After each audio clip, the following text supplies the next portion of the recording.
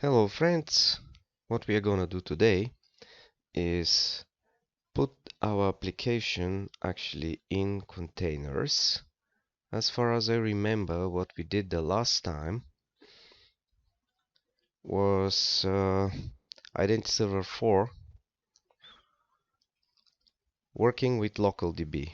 Now, what we are gonna do is we are gonna put this application Identity Server 4 into a container, and it's gonna communicate with MS SQL Server container. Visual Studio 2019. Let's try to recall what we had. Quick start.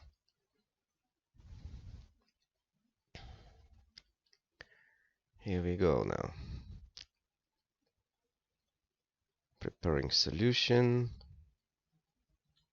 Okay, so we have been working in startup, and yeah, we added all default UI for ASP.NET Identity. So we have Identity Server 4 plus ASP.NET Identity into one project, and this project is using LocalDB. And as far as I remember, this project is called FirstIdSrvAspNetIdentity. Identity. Okay, we actually can run it. If we do that, just to recall what we did, start new instance. It's going to run on port 501, localhost 501.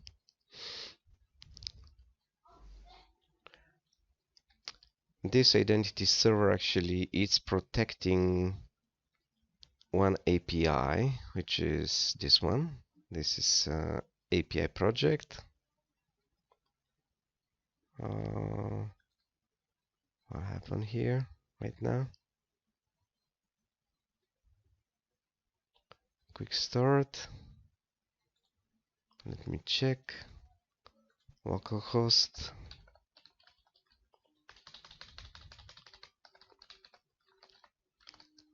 $5,001. Yes, it works. Here we go. We have identity login. If we want to see the login which comes from the template of Identity Server 4, we just have to use, instead of identity account login, we have registration, we have everything. Okay, so now what else we can run and we have to run is the API. Start new instance. It runs on 6001. Of course, if I try to access, it's not gonna allow me. It's gonna return 401 as far as I remember. And MVC client, debug, start new instance. This is running on port 5002, HTTPS 5002. And let me try that. I'm gonna be redirected to 5001, the identity server. If I log in, it should be pass123 $, login. No, I don't want. So I get all the information, JWT, and from here I can call it the API or log out. Log out, and I can log out from identity server as well. This actually could be fixed later. I'm gonna leave it as it is. So now we have to put all these services into a separate containers. So let me close this. First things first, I'm gonna put this service into a container, and right now it's working with LocalDB. Let me look at this application settings JSON. Look at this MS SQL Server LocalDB. I want this service, FirstIdSrvAspNetIdentity, identity, to be in one Docker container. I want to have a second Docker container with MS SQL Server, and these two containers to communicate. Actually, this container where the application is should be able to write and read from the container where the database is. So let's get this done somehow. Sorry about my coughing. So this is what I did actually. .NET Core add Docker support. You can do the same. It's very simple, and I clicked on two links: Visual Studio Container Tools with ASP.NET Core. If you want to read it, I will put all this into the description. Tutorial Containerize .NET Core application. I haven't read that. And Dockerize an ASP.NET Core application. This is the documentation of Docker. What I like is to use the original documentation of the projects, not tutorials, not something else. But if I have to, of course, Stack Overflow and other tutorials, I'm gonna read them. And the second thing I have been searching for was use MS SQL Server in a Docker container. Again, I have opened here to configure SQL Server container image on Docker. You can read all this original documentation and create a MS SQL Server container, connect to SQL Server, blah blah blah blah, whatever. So let's pick from all these tutorials whatever it's necessary just to achieve our goal. As I said, I need two containers right now, and obviously I clicked on more links. What did I search here for? .NET Core MVC, how to connect MS SQL Server in Docker container, and I clicked on interesting tutorial SQL Server to the Docker container. I'm not gonna use 2017. As you can see, there are a lot of documents. The most important here from this search, actually I did 3 searches, and from this third search I came up with Quick Start Compose and ASP.NET Core with SQL Server. This is very important. I'm not gonna use literally whatever they have here, but I'm gonna use it somehow. So this is something which looks promising to me, and we may use it. And also for orchestration right now in development phase, I'm gonna use docker-compose. On the production, of course, we have to use Kubernetes or Helm. For docker-compose, we are using docker-compose.yml file for development purposes, and as I said, for production, Kubernetes or Helm. Okay, so let's get started first. Now, in order to add actually Docker support to this project, which I want to put into a container, in a Docker container, all I have to do is add here a Docker file. After that, use the CLI command line interface docker build, and I'm gonna build an image, and after that, from this image I can start a container.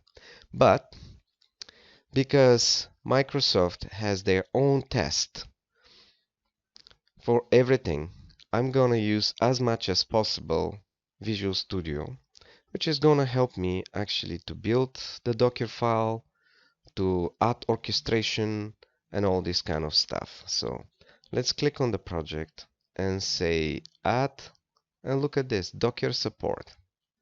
Okay, before we even start, let me check, did I actually commit everything to this project? As you can see, it's clean, so we can start working. Let me actually also switch to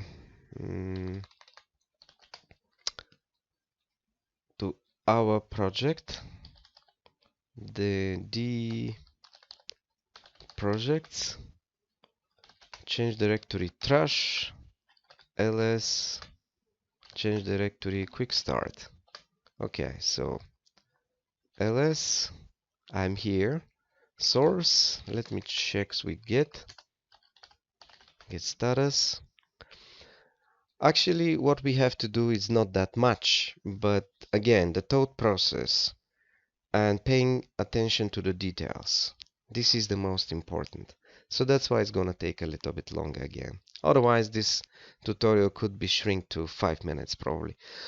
But I'm telling you how I'm getting all this information, my thought process, all the steps, without skipping everything. This is more important than just giving you the recipe, just giving you the fish, as I said in the previous tutorial. You have to see how I'm fishing, so probably this is gonna be helpful for you. Get status. We saw that we have everything. Okay, that's it. Now this is oh, sorry, probably COVID-19. I got COVID-19. I'm joking. I don't know. Maybe it is, maybe it's not. So let me look at the launch settings. Let me look at also the project C# prosh file. Look at here, because I suspect that those files will be changed. Not only the Docker file is gonna be added to this project. That's why I'm doing this from Visual Studio, because if it was a PHP project or a Node.js project, there is nothing hidden. I could add a Docker file manually and we won't have any troubles. But as you can see, Visual Studio, especially Visual Studio Prime, it's changing and adding things to different files. And this all should be orchestrated. We should be organized somehow. All this happens at the same time. A lot of magic, a lot of hidden things, which I don't like about Microsoft. So they treat us like idiots. For example, they don't tell you add this to project file, add this to the, for example, launch settings file. They just do it. And that's it. They don't tell you that. So now I suspect these two files will be changed. I know this from experience, even though I haven't tried that, but the most important is just to take a look the files which have been changed. So I'm gonna add Docker support. It's gonna ask me Linux or Windows. I'm gonna use Linux containers because Linux servers are everywhere. I'm gonna click Linux and look at here. The Docker file has been created into the folder of this service or this application which we have, okay? And as I suspected, see this section, this code snippet has been added to launch settings. Now it says docker true scheme blah blah blah blah. Let's look at here again, absolutely transparently for us, all this has been added, and you will never know if you don't look at this. So it's not that simple like for other technologies where everything is transparent and you just add the Docker file. Let me open the Docker file and see what's going on. If you look at the documentation of Docker, actually, you can figure out how to create a Docker file. Look at this. This is what they say here in this quick start compose blah blah tutorial, for example, or here dockerize an ISP container. It gives you the idea how the Docker file actually should look like. And it could be used. It's almost the same. Copy cprosh file to the working directory, which is the app .NET restore, which will restore into the container all the dependencies of the project. The project depends on many libraries, NuGet packages. They will be restored into the container. After that, copy whatever it's in the current folder,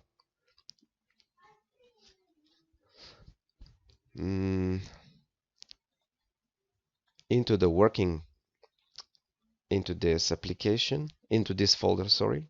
After that, run .NET publish -c release into a folder output, and this all happens in a SDK, in the SDK container, which is much bigger than the runtime, only the runtime. And after that, they get only the runtime, which is very, very small.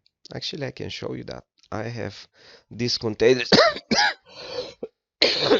these images already downloaded for other projects as well. But look at this. SDK. SDK is 708 megabytes, and only this is Microsoft Container Registry. Probably this is what it means, this abbreviation, this acronym. Microsoft Container Registry, Microsoft com.net core, ISP.net. As you can see, actually, they don't even use the Docker Hub, because in the examples of the Docker Hub, they also use Microsoft.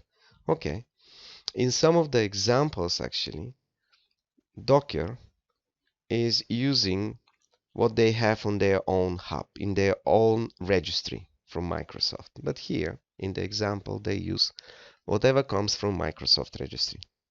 Okay, let's go back. Now, it's almost the same as we see here. Build environment as base.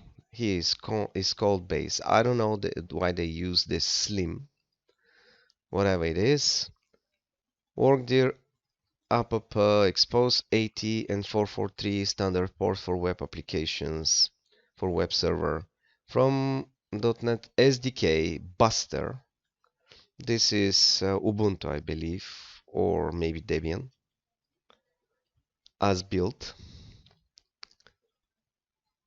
ASP.NET. Okay, so we see that they use two different images. One is for building, another one is for getting the image, actually. And work directory source, copy source first, blah, blah, blah, blah, cprosh. Copy this into the working directory. After that, run.net restore. They restore into the SDK, actually, whatever they need from NuGet packages. Copy everything from this directory to the app directory, work directory, blah blah. After that, they change the directory inside of the container. We will see this very shortly. First, cprosh, because in the cprosh we have all the dependencies, release into the build, and after that, release -o publish. And from base as final, they copy everything and the container becomes very, very small. Okay, so now if I try to run this, actually, now probably it's gonna try to run it as a Docker, because look, and also the launch settings, just to be sure that only these three files, one has been added and two others have been changed. Let's go to the Theme Explorer and check that. Yeah, and exactly as I thought, we have launch settings, JSON changed, Docker file added, and FirstIdSrvAspNetIdentity cprosh. Oh, and another file which I forgot, .docker-ignore added. Docker-ignore has been added into the root of the project. But we don't see it here, so let me show you this file here into the project. ls, and here we go. Docker-ignore.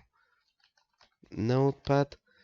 This is another reason I'm using Visual Studio Prime, because otherwise, how would you know what to put in Docker-ignore? Of course, you can search in internet and find it, That's not something secret, but it's much better to do it and much easier to do it with Visual Studio. Okay, so they exclude readme.md file, license, value development, note. Look at this, bin and obj. I bet obj also should be somewhere here. Ah, here we go. Obj folders. If you go back to the tutorial here, which comes from Docker, actually look what they say. To make your build context as small as possible, add docker ignore file and use add bin and obj. With the syntax here, actually this is done for all the projects. Not here. Did I close this notepad? No. With this git ignore file, which we got into our solution folder, actually all this is done for us. So as you can see, behind the scene, Visual Studio Prime has done a lot of things. Now, if I try to start this project right now, I bet Docker is gonna be used instead of Internet Information Services Express, or Kestrel, or whatever. Docker is gonna be used right now if I try to run it, and probably is gonna throw an error simply because I'm using localDB. I'm using localDB right now. So let's try and see. But before doing that, let me show you docker ps. I have no running docker containers, docker ps --all to see all the containers. The rest of the containers are not important, but just remember the first one, Serbot. The new containers will be added on top. It's like a stack. So new containers will be inserted here. Let me look at also docker image ls to see what kind of images do we have. And let's also remember that this is what we have. Another part which is very important, docker volume ls. Let's see the volumes. Here it's difficult to say if you have a new volume because it's not added to the top. They're actually, as you can see, ordered by the letters alphabetically. And docker network ls. Okay, those are the 4 important parts. Actually, we have images, we have containers which we run from the images. These images actually these containers could use volumes for persisting data, and networks. Those are the 4 most important elements of Docker. Okay, so let me try to run this and see what happens now. I'm gonna say debug, start new instance, and let's see what happens. Build started, project FirstIdSrvAspNetIdentity, configuration, debug, any CPU. First, blah blah blah blah, quick start, first server. Ah, look at this Docker file. And notice, right now it's executing the Docker file commands. In other words, it's building the image.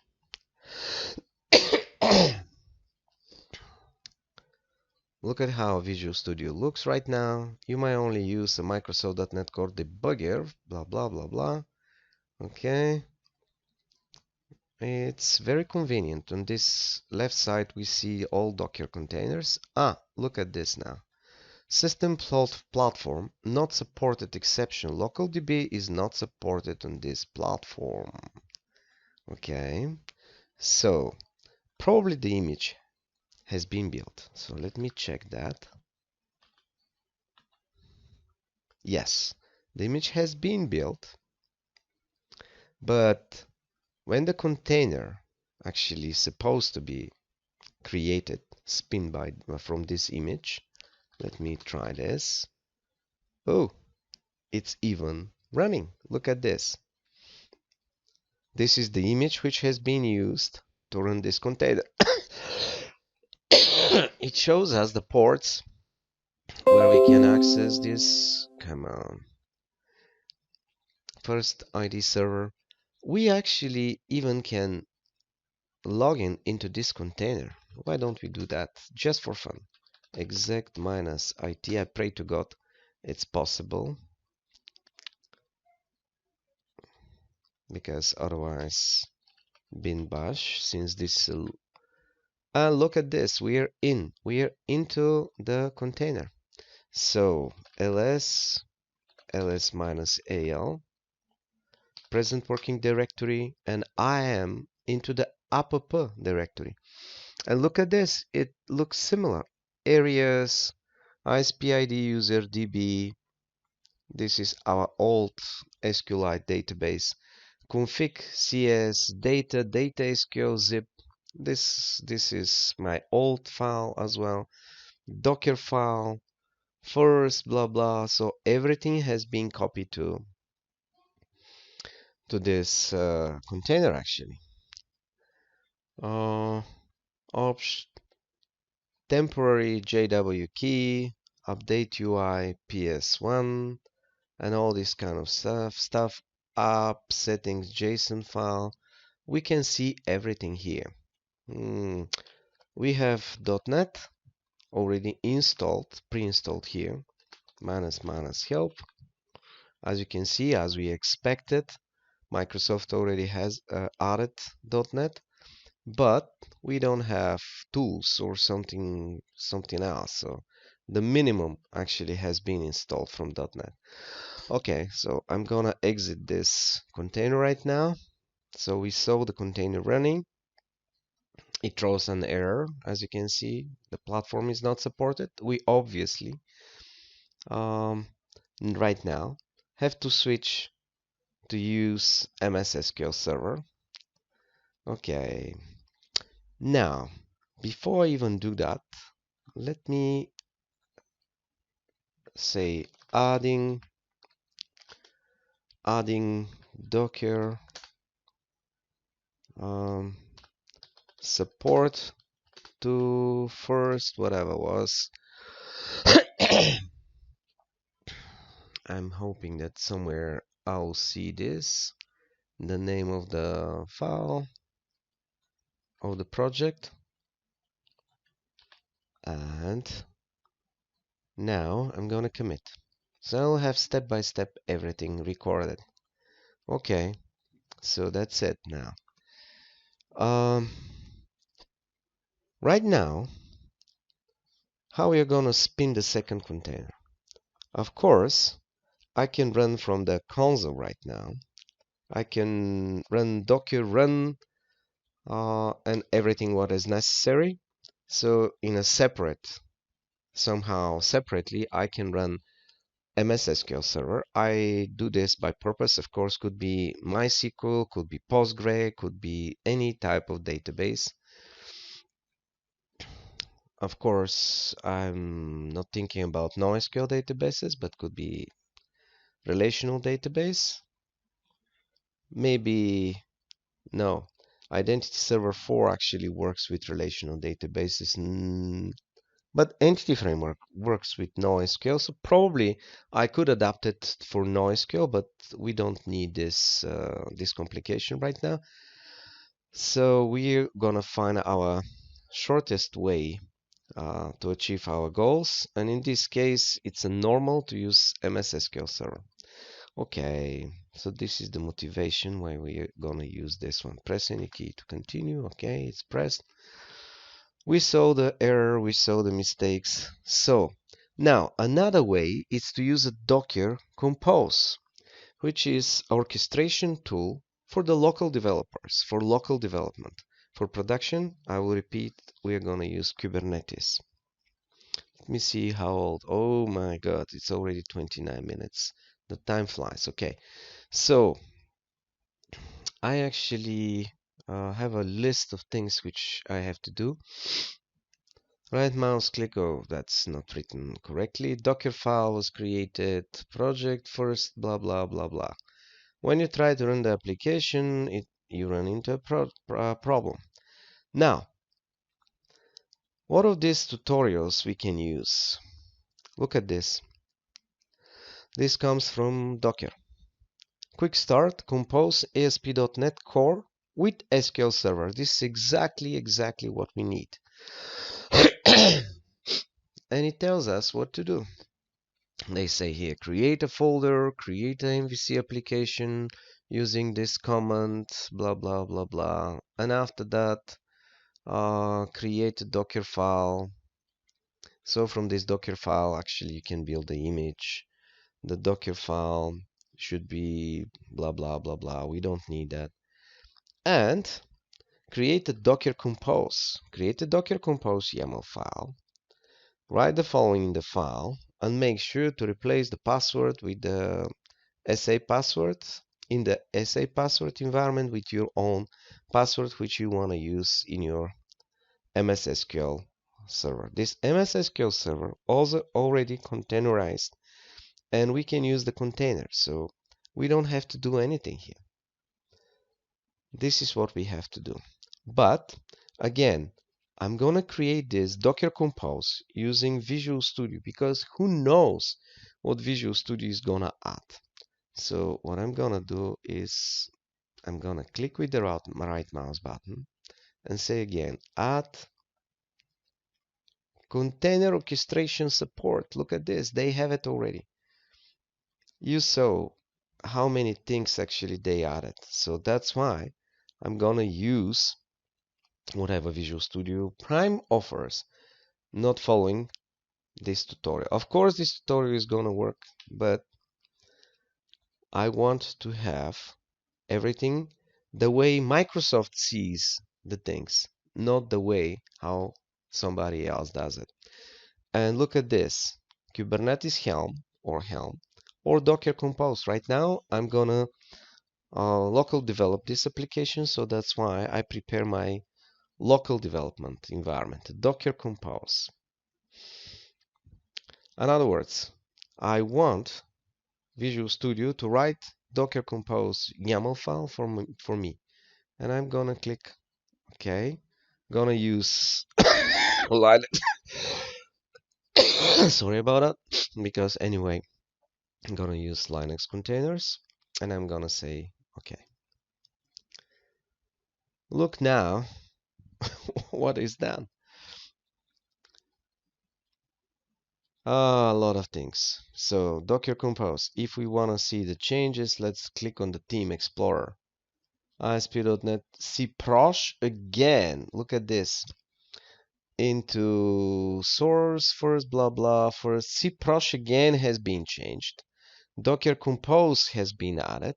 Docker Compose overwrite YAML file also has been added. Docker Compose. Oh, dcprosh, Docker Compose YAML file, and quick start solution also has been changed. Let's take a look at all these things. Launch settings, startup, I'm gonna close it. This is very important to me. First, FirstIdSrvAspNetIdentity. Let me see what has been changed here. cprosh we can see here. Use secure, use default Docker target OS Linux. And here we go. Docker Compose project path. 2 levels up, which means into the root of our application. Let me look at this. ls. Okay, so what has been added to the solution is Docker Compose dcprosh, which is something Microsoft can answer the question what it is. We have Docker Compose override, Docker Compose the main YAML file, and this is a standard element of Docker Compose files. Actually, you can have override here. Override. So Notepad. Let me look at this file, which comes from Visual Studio from Microsoft. Is specific for Microsoft projects.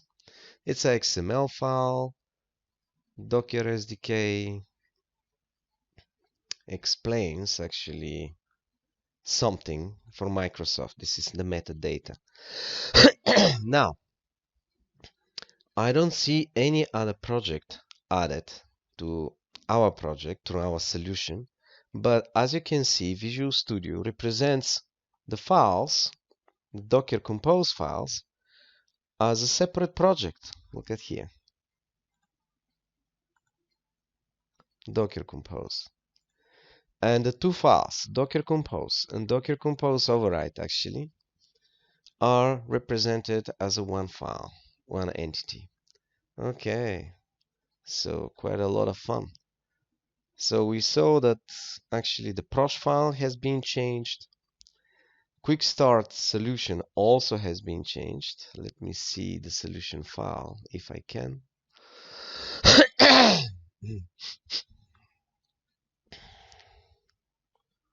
Oh my god. This SLN file.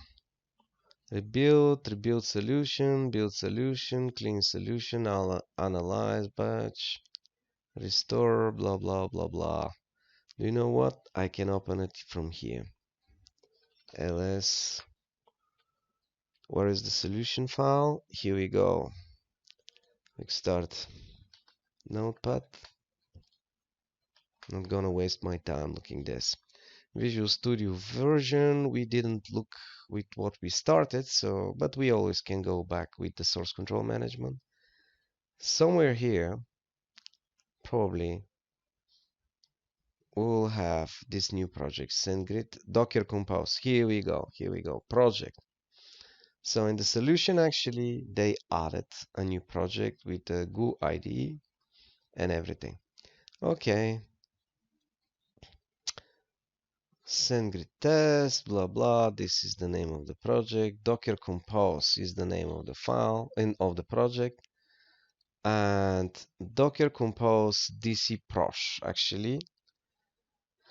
DC Prosh is the important here file. Docker Compose, Docker Ignore. Okay. If I click here, probably I will see Docker DC Prosh file. I don't, so Docker. This is the file we have to be looking into. Notepad. And here we go. This is the project file for our Docker Compose project. Okay, let me add this to the Explorer. Adding, I will say, orchestration or Docker Compose. Docker Compose. Okay, commit. Let's think now. So as you can see, we divert from the tutorials. We don't want to live into the purgatory of the tutorials. You have to be able to combine tutorials and create and achieve your goal. Okay, so now let me think. What we need now? Docker Compose. Let me open Docker Compose. We have only one project. I'm not even gonna try to start because we saw there are errors. Our service is called first blah blah blah blah identity services. Now we need another service, and if we look at here the tutorial, we can copy everything from here. This is how they recommend to add the SQL Server to the project. Copy this. We can use something else as well. .NET Anti-Framework Database Update. Yeah, who is gonna update our database? How we are gonna update the database? We will solve this issue later. Right now, let's not think about that. So what I'm gonna do is add here to this Docker Compose file whatever is necessary actually.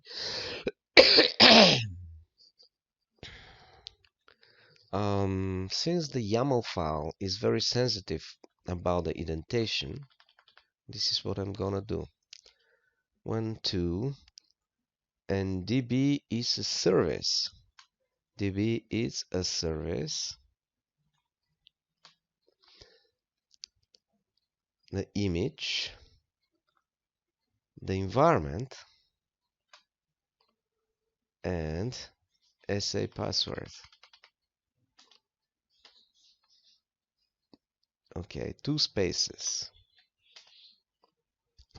Okay.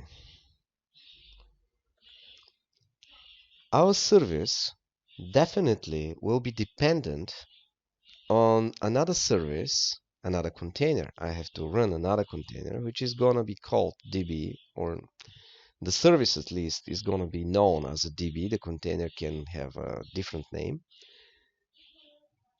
MCR Microsoft.com MS SQL Server, your password. Actually, as a password, I'm gonna use this password. You may ask me why. I will tell you. Initially, I was using the password pass123 $, which is used for our ASP.NET identity. 2, 4, 6, 8 characters. Everything is okay. That's why actually I made a search later to see why it's not working. And it wasn't working because I tried to connect to MS SQL Server with this password, but it's not working because this symbol actually it's not recommended to be at the end of the password, which is ridiculous to me, but this is how it is. Okay, so I'm gonna use this password. This SA password actually sets the password for SA user. Actually, every MS SQL server has a user which is called SA, System Administrator. And now we are going to set the password for this System Administrator to pass using this environment variable. This is how the image has been built. When you spin a container, when you try to spin a container from this image, actually, it's going to look for the environment variable SA password, and it's going to set the password as we expect here, as we set it here, accept EULA, end user license agreement, yes, and the rest is gonna be easy. Okay, so first things first. Let me see how much time I spent already. 48 minutes, too much, but whatever. Okay, so now we have to change our application, and we have a connection string. And our connection string is in application settings. This is our old application string. Let me copy this, holding control, and call it dist. And you know why I'm doing this from the previous tutorial. If I don't put dist and I put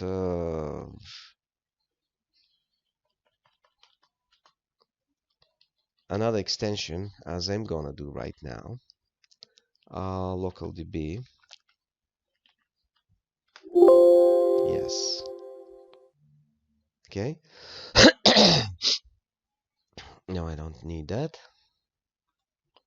I'm gonna open the original. Now I have to change the connection string so it reflects the change of the database. And the last time I was using localDB because this transformation, this actually switch from localDB to MS SQL Server is very easy, much easier than with other databases. If we use the same tutorial here, we'll find a connection string. Let's copy the connection string. And instead of localDB, use this connection string, of course.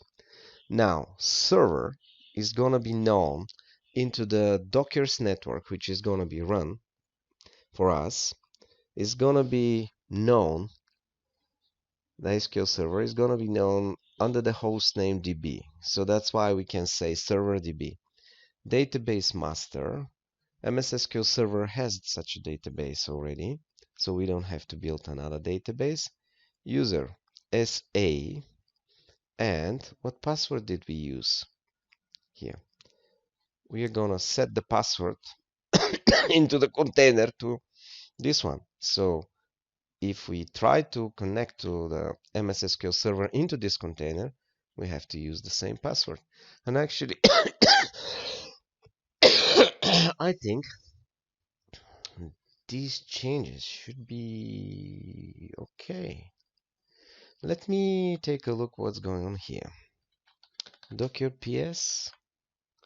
Look at this. I'm gonna stop these containers and remove everything because we were experimenting, and right now we have two different containers running with the same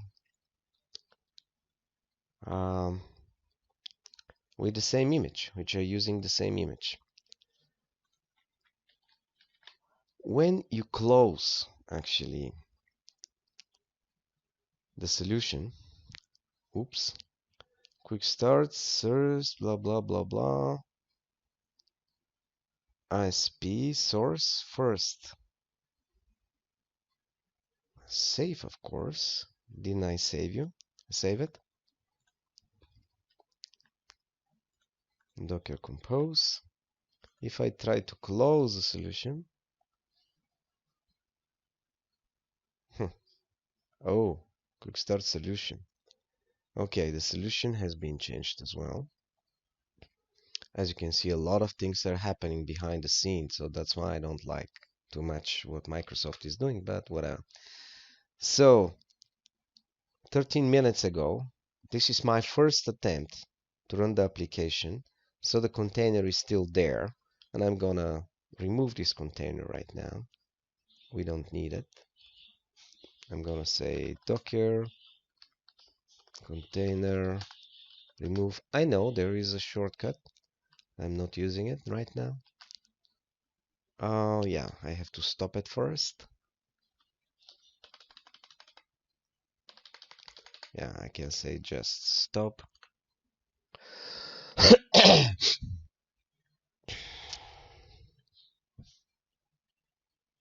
Re-experimenting.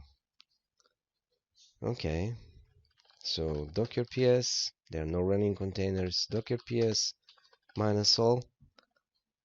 Oh, yeah, this is the container we just stopped. Now we're gonna remove it.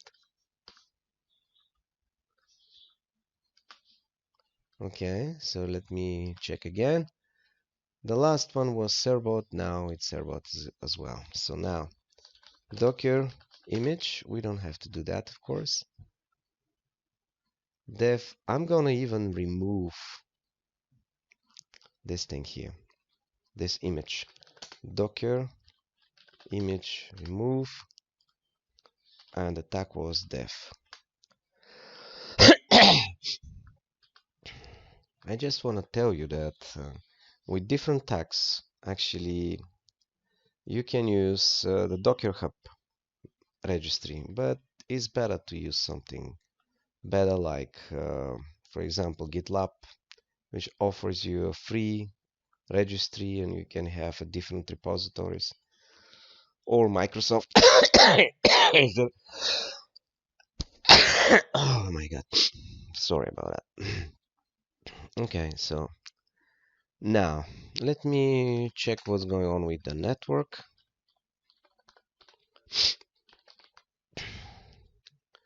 Bridge, blah blah blah blah. So we don't have networks, docker, volume, ls. Okay, so everything looks clean. Now let's open the solution and see what happens. Recent project and solutions. Let's quick start. Let's run our quick start. Look at this now. Project loaded and ready to use, but pay attention to what's going on here. Shutting down running containers, closing solution, ready, but something is going on. Now the image should be built and the container should be spinned. Docker ps. No, nothing is running yet. So now we have docker compose. If we try to run it, let's see what's gonna happen now. Docker image ls. I'm even surprised that behind the scene Visual Studio Prime didn't run the containers, but we are gonna ask it to do it. We're gonna say docker compose and see what happens. Okay, so pass. Let me see. Didn't we forget something? Docker compose. I know what we forgot, but we're gonna fix it a little bit later. So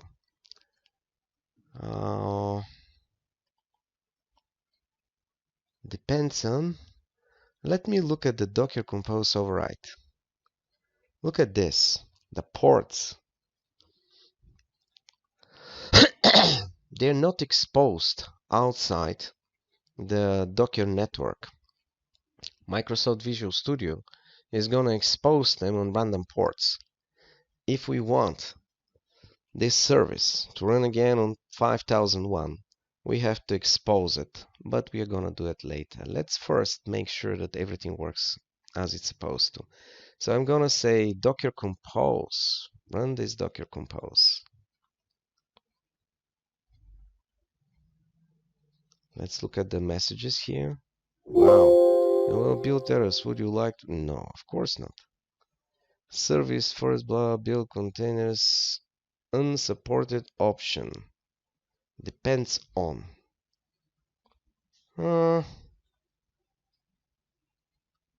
Depends on. And I copy this from the tutorial.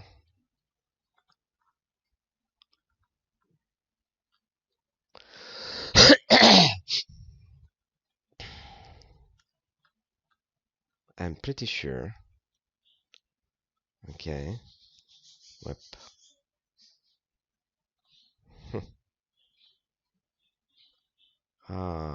Build, of course. Yeah, look at here. Build depends on. This is not an option of the build.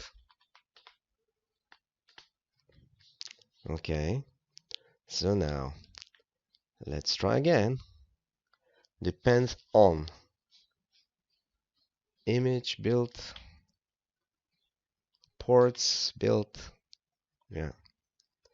It wasn't properly indented, and of course YAML is punishing me for doing this mistake. Okay, now I'm running again. Let's see what's gonna happen now. So now the image is gonna be built. Docker compose. In Docker compose, notice you can use build. For Kubernetes, that's not allowed. You're not allowed to do that. Docker ps filter starter blah blah blah blah. Okay. The container is spinning here. Let's look it down. Okay, so look at this. We have database running container. I have a lot of containers. As you saw before, none of them is running except two of them. The first ASP.NET identity, and here we go. This one, Docker Compose. Let's make sure that everything works right now. After that, we will continue. 54 minutes. Okay, not that bad, but still. Okay, so Docker ps.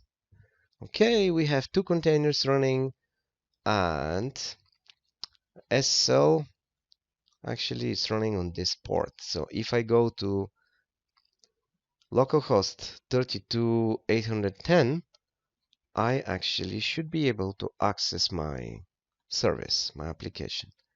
Somewhere here, I have it running.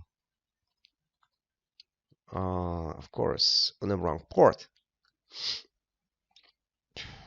So this is not the right port right now. I want to run on 32. And voila! Our server is running like a charm. Now, click here to see the claims, blah blah. Okay, I don't have users. I don't even have the databases built. So, but, I can show you what do we have into the database. Just a second. Okay, let me check if I'm recording. Probably yes. Who knows? I hope so. I hope so. I strongly believe I'm recording, otherwise I will be very disappointed, but whatever. So we have everything running right now. Of course, let me exec minus interactive. Thanks God, we can access actually the containers. Bin bash. Okay, so I'm in ls minus al. So I'm in the root right now. What I can do actually is I can execute change directory opt ls minus al MS SQL-tools.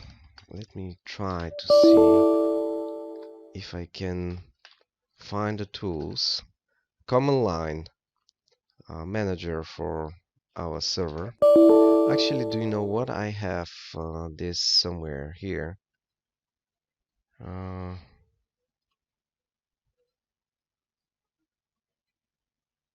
I have the comments somewhere here. Ah, here we go. So all these comments will be under the video in the descriptions. So I'm gonna do this. In opt MySQL tools bin SQL command line minus s localhost. Obviously, the Microsoft doesn't care about the capital and the small caps and the all caps. So let me see. I'm in. So let's take a look all the databases.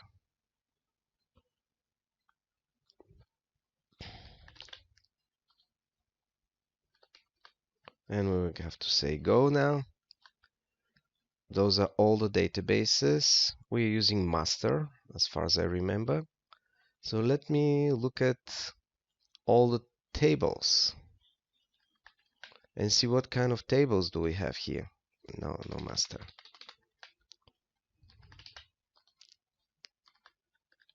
Go. Look at this. We have client claims, API score properties, API whatever. We have everything what comes from identity server.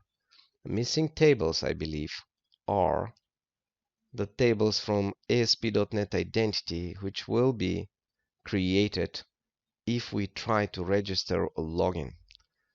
Okay, let me try to do that right now. I'm gonna say Stoyan Cherysharov pass 123 $, login, and I'm gonna get error. But look at this, apply migration. It's very merciful right now. And I'm gonna say apply migration. It recommends .NET Anti-Framework Database Update or Update Database. I'm gonna say apply migrations. And now, if we select all the tables, we'll see the tables which are coming from ASP.NET Identity. Here we go. ASP user logins, ASP user claims. Before we didn't have that. ASP identity, as you can see. Here we have them. ASP.NET users. Okay. So now, what we can do is we can register. Let me go back. And since we don't have anybody here, we can, of course, Check that. We don't have anything in ASP.NET-Users. I'm gonna say select everything from ASP.NET-Users, go, and look, we don't have users, but now we can register.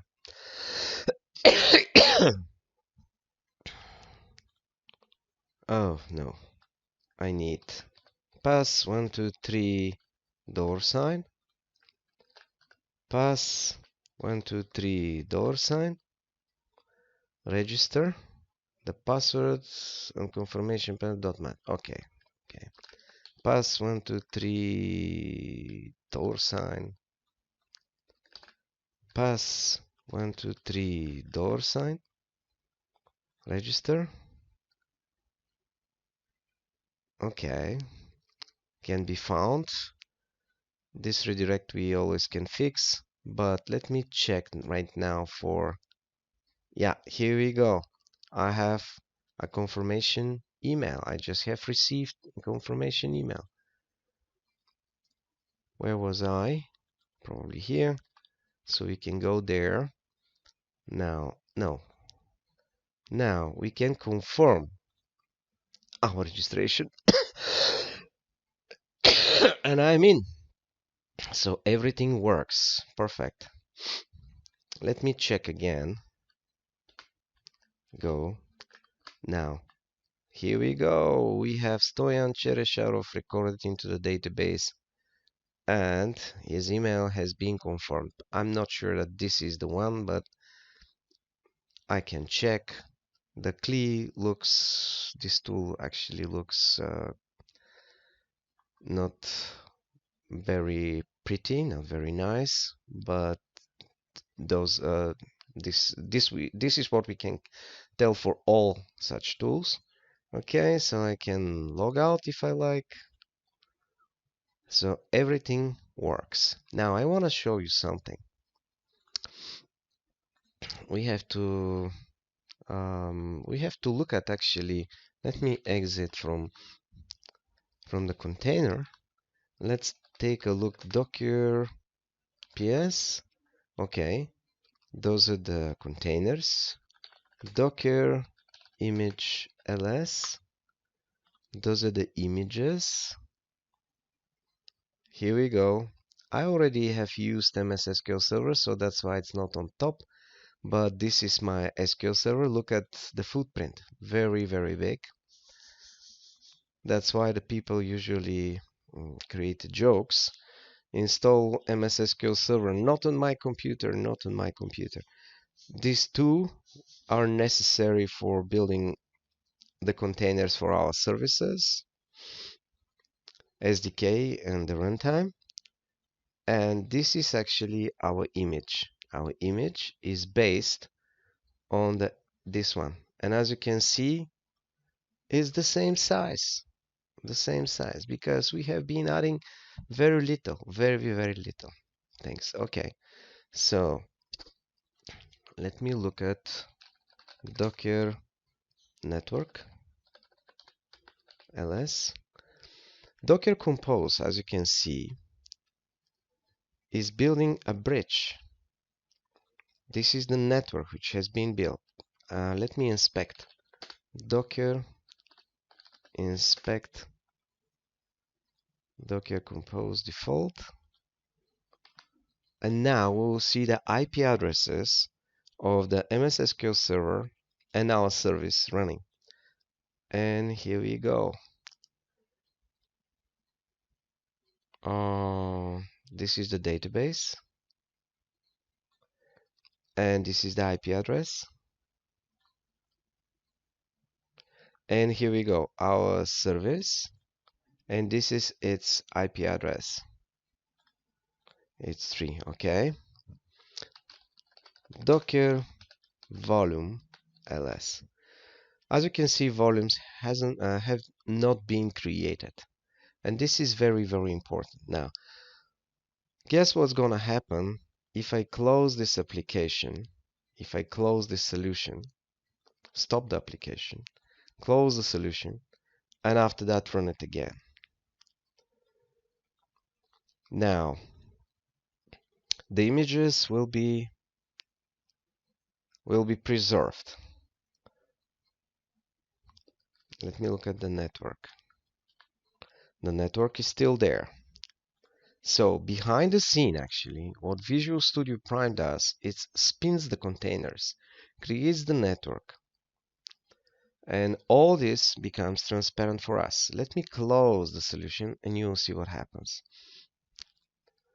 This is like saying docker compose down, and when you open the solution, is like saying docker compose up.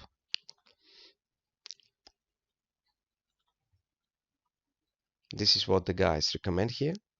Build docker compose up, and they even don't tell you docker compose down. With option -v is gonna remove everything actually. We have to look at the options. I'm not quite sure, but this is what is going on right now. So let me look at again the network. It's gone. It's not there. This was our network, which has been created by docker compose. Docker ps. Look, there are no running containers. Docker ps --all. See, again, the containers are not here at all. The image, though, has been preserved. Docker image ls. Maybe the assumption, Microsoft's assumption, is the next time when you start again the solution, and this is exactly what I'm gonna do, we're gonna use the same image. We're not, at least this step we'll skip. Okay, so recent projects, we start. Let me run this and let's see what happens now. Project loaded and ready to use, but something's going on here. As you can see, the image is not built right now, otherwise it would be built. Image is there. Let me look at the containers now. Oh my god, I have to clear the screen. Look at this. The image is there, but we also will see docker ps running containers. Okay, so how can we change the ports now?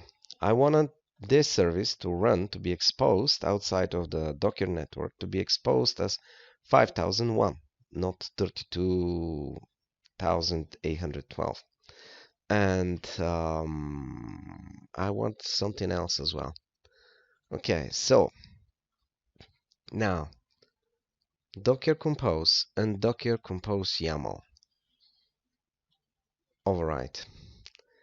Look now, if you want to be exposed externally at 5001, all we have to do is do it like that. I'm not gonna even stop this port. Okay, so I'm gonna save it, and let's see what's going on right now. I save it. Let me call again docker 443. Okay, 5001 443. Save it again. Building first, blah blah blah blah. What I'm expecting is to change the port, and voila, it happened. Finally, it happened.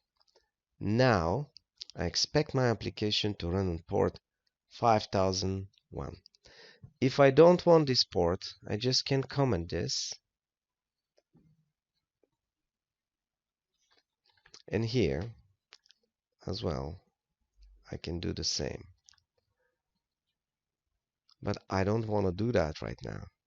All you have to do is do it like that, and you won't have port 80 available anymore.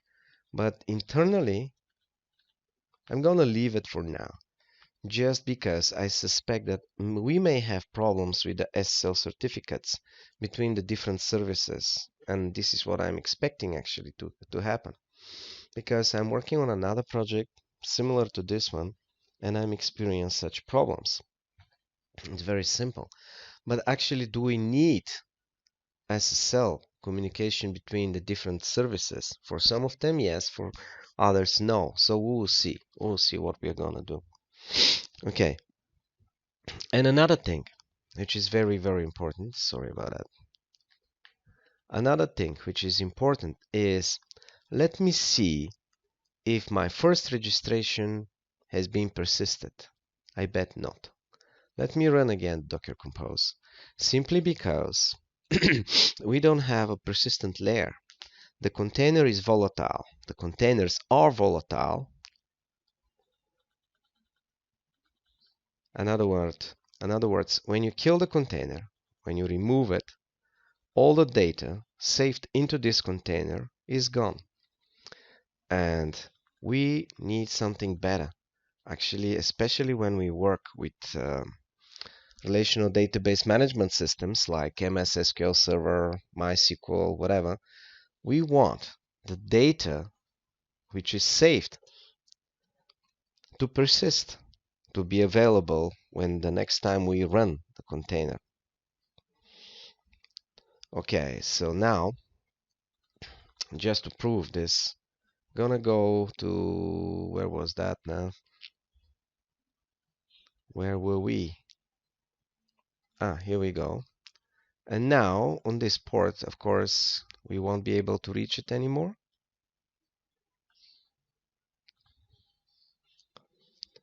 Actually, it's still exposed on this port, at least not secure.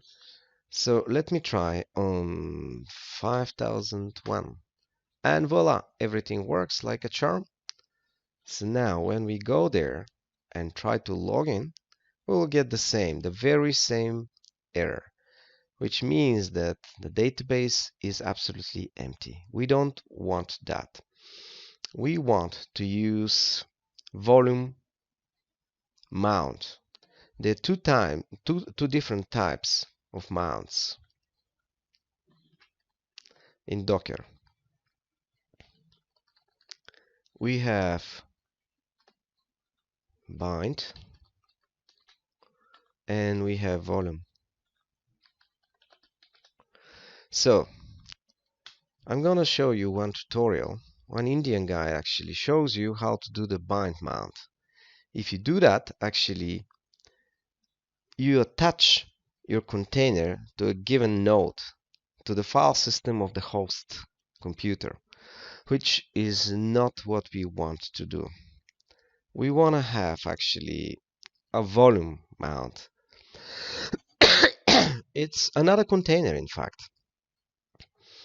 Let me show you this tutorial. List tables. I don't remember where it was. Here we go. Probably this one. Yeah, look at this.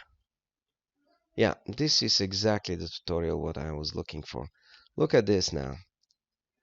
Locating the SQL Server image in locally. So I'm gonna put the link here as well. Executing SQL Server 2000 container locally without volume mount. And this is exactly what we did so far with our example. This is one interesting tutorial just to show you how the bind mount works. Look at what the guy does here. And this also doesn't work. Whatever he's showing right now, it's not working for 2019, for SQL Server 2019, which we are using right now. Verifying, delete, blah blah blah blah blah blah. Recreating SQL with volume mount to store the database and lock files outside the container. Look how he's spinning now the container, and accept a yes. This is a good learning point. You can learn, instead of using Docker Compose, how can you run from the console directly the SQL Server, so you don't have to install it on your machine. Run eul sa password sample blah blah -p, and here we go. This means ports. The standard port for MS SQL Server is 1433, and he is exposing his, which is running into the container on the very same port. You can give a name to the container which is running, because right now, see the names of our containers. Very strange names. They have been decided by docker-compose. In any case, and here we go. Volume. Right now, he is attaching, he is actually mounting one folder from his file system, see Lord Krishna Docker volumes form, internally to the file system of the Docker container, var opt mssql data, and it's running as a daemon, and it's running this this image, which comes again from Microsoft Container Registry. Okay, so seeing that, actually we can combine this knowledge and create something else now. Let's look at our here, our override file, YAML file. So I'm gonna do it here in the override file. I could have done it here. I just have to add here volume and say what volumes. For SQL Server 2019, this approach is not working. And I found another, not this one, another tutorial by someone. As I said, I avoid to use these tutorials. I'm just looking them, but I'm reading the original documentation. I found another tutorial. Step-based process, Docker, blah blah blah blah. Not this one, which shows you how to do exactly this. I think this is the tutorial. Using Docker named volumes, persisting databases in SQL Server. Look at this. The guy has been created 2 volumes, and after that, when he is running his Docker container with MS SQL Server, he is doing this volume mount, minus volume, MS SQL system, and here we go, var opt server. So based on this tutorial, we can conclude that actually we have to do something like this, and I'm gonna do it in docker-compose override file, because these 2 files actually are merged. Override, and as you can tell by the name, this one overrides the definitions in the docker-compose. Okay, so now here on the services we have to say db now, db, and we have volumes, but now we have to tell the volumes, and I'm gonna use something which I have been created beforehand. Oh, here we go. Let me copy this. How do I know this? By reading Docker documentation. I'm gonna leave this as it is just to see how the comments are done. But volumes, type volume, because as I said, we have a bind. No. The types we can see in the Docker documentation. I'm not gonna go into this rabbit hole right now. There are too many rabbit holes. But look at this source. First, I name it after the project for which the database has been created. And after that, I say this is the database, and I want the system data to be recorded in this volume. And the system data usually is in var opt MS SQL into the Docker container of MS SQL Server. And I have a second volume, which is again named as first blah blah by the name of the project of my service. This is the database for this service, and I'm saving the user data, which happens to be into the container in var opt SQL Server. Okay, so now when we run the application, actually these two volumes will be created and the data will be persisted between the different runs. So if I register right now, actually what's gonna happen is the next time when I close the solution and run it again, I don't have to register again. I can spin 10,000 different containers, unlimited amount, and when I attach these volumes, the data will be persisted, and we are ready for Kubernetes this way. Okay, let me run it. Let me check what actually has been done right now behind the scene. Docker volume ls. See, the volumes hasn't been created yet. Let me look at the PS. Okay. Let me start this or save it here, and we'll see what happens.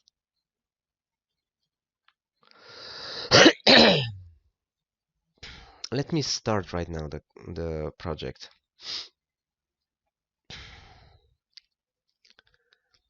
Okay, the image, oops, no, of course.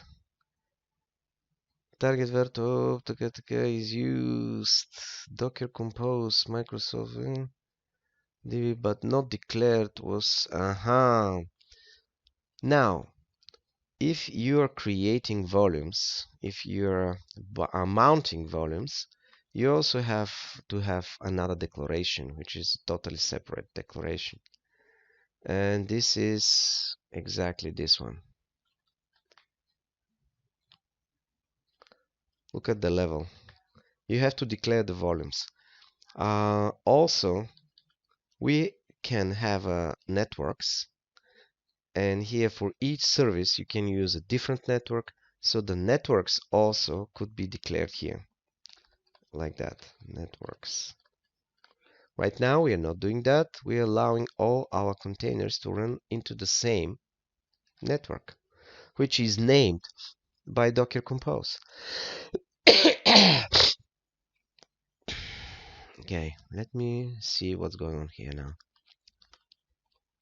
Okay, what about the volumes? Here we go, the volume has been created. Behind the scene, I don't even have to run the application. But look at these two Docker volumes. Okay, now let me register one more time. This is the last time when I'm gonna register. And after that, I'm gonna make a summary and conclude this tutorial. Okay, so here we go. We have two containers running. FirstIdSrvAspNetIdentity identity, where our identity server 4 is, plus ASP.NET identity, and MS SQL Server, which happens to use volumes. Okay, let me go to our application, just refresh it, make sure it works. If I try to log in right now, of course, I'm gonna get error.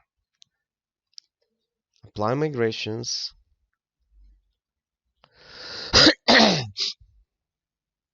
If I go back now and I register, gonna receive one email, pass 123 $sign, again pass 123 $sign, register. Okay, we'll fix this error later. Now new message, yeah, show of course, and 1.7 minutes ago. Now I'm gonna confirm my registration, which I did the first time, and here we go. I'm just logged in as Stoyan Chereshcharov. Now not gonna suffer the problem which I had before. Now, if I stop the application,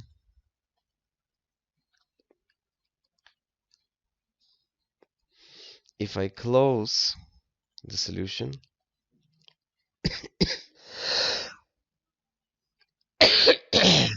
let's look at what do we have now.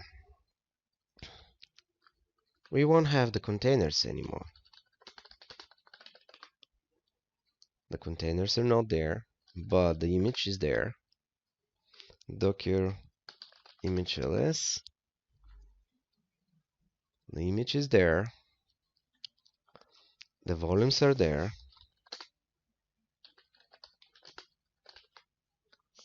Look at this. Docker volumes are there. So when I spin again my application, file, recent projects, quick start. When I run it right now, when I open it, it's not even necessary to run it.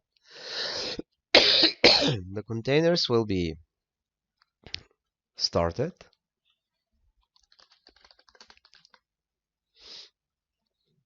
We have to wait a little bit. Here we go, done.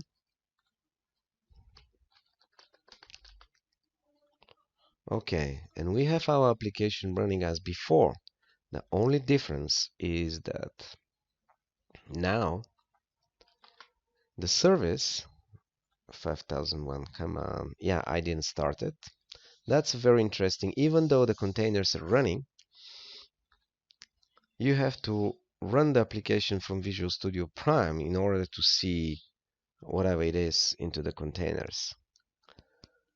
For other technologies, actually, all you need is just to run the containers and you get into their content. But here you have to run it. Docker compose.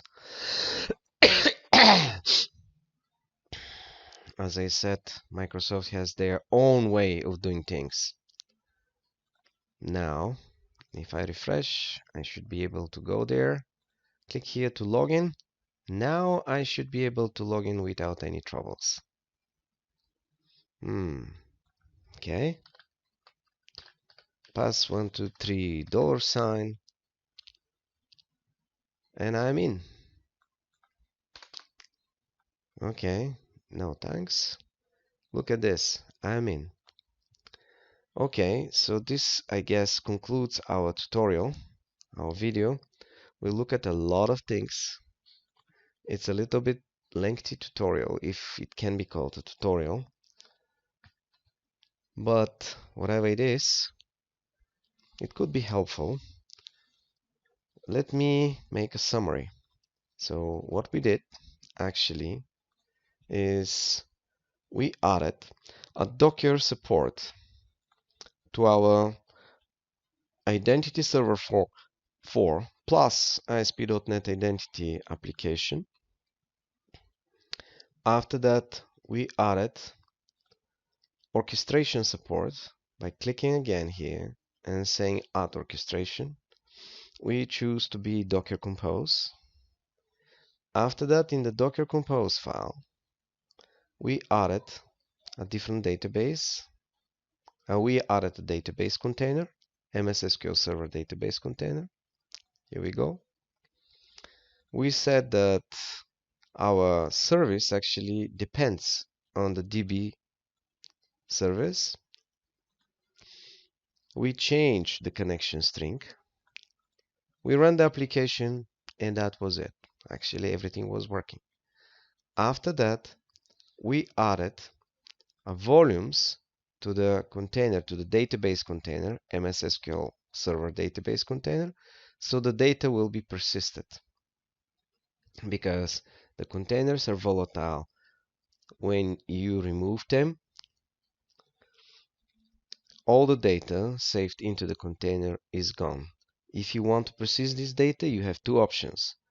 Bind mount, in other words, to mount a folder from your file system, the host file system, and another one is volume mount. And the volume mount is preferable because Many different containers running on many different nodes actually can share the same volume. Okay, so that's it. Thank you very much.